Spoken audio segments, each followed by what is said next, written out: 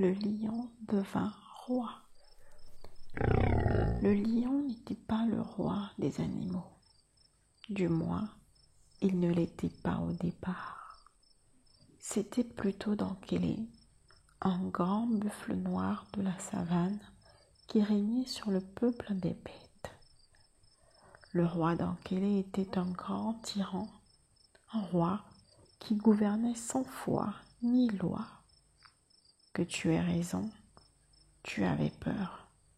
Que tu n'aies pas raison, tu avais raison d'avoir peur devant lui. À cette époque, il y avait une seule rivière à laquelle tous les animaux venaient boire, mais personne n'avait le droit de boire avant Dankélé. Et Dankélé ne se contentait pas seulement de se désaltérer, il se baignait dans la rivière, s'y roulait et y faisait tous ses besoins. C'est après que les autres pouvaient boire à leur tour l'eau déjà souillée. C'était injuste, mais c'était comme ça. Il fallait le supporter. Mais la lionne mère, ce jour-là, ne put attendre l'arrivée du roi. Son lionceau qui venait d'arriver au monde allait mourir de soif. Elle lui donna un peu d'eau. Elle en but un tout petit peu elle-même. Arriva le roi Dankélé. Il était accompagné des membres de sa cour, des griots et des griottes qui chantaient ses louanges. Ô grand buffle, tu es plus grand que Sundiata le grand, plus grand que Damonzon le grand et plus grand qu'Alexandre le grand. Mais le roi Dankélé, quand il fut au bord de la rivière, vit qu'on avait osé boire avant lui, le roi. Il se tourna vers son peuple et, les menaçant de son regard, hurla de colère. Et sa colère fit trembler tout le monde. Qui est-ce?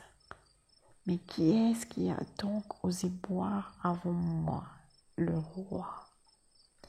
Si vous ne me désignez pas le coupable, vous l'êtes tous. Les animaux terrifiés se regardèrent dans les yeux. Tout le monde avait vu la lionne donner à boire à son petit.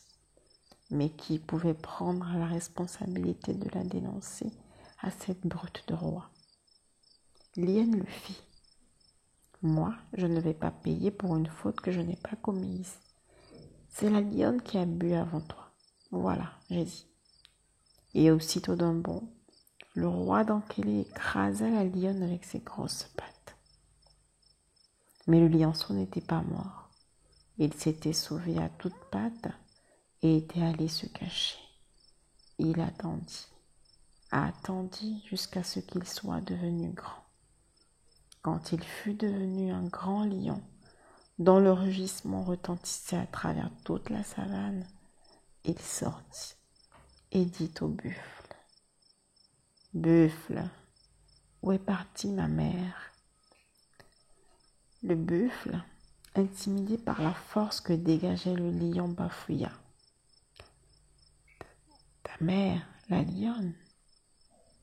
Un conseiller lui souffla à l'oreille: « Il s'agit de la lionne que tu as tuée il y a de cela quelques années parce qu'elle avait osé boire avant toi. »« Ah oui, c'est vrai, » dit le buffle en se tournant vers le lion. « C'est la loi. Ce n'est pas moi la loi, c'est la loi. Ta maman a osé boire avant moi, alors la loi lui a été appliquée. La loi, c'est la loi, et la loi, ce n'est pas moi. La loi qui ne s'applique qu'aux plus faibles est une loi injuste. » Et le lion se jeta sur le buffle, le terrassa et libéra le peuple des animaux. C'est depuis ce jour qu'il est le roi des animaux.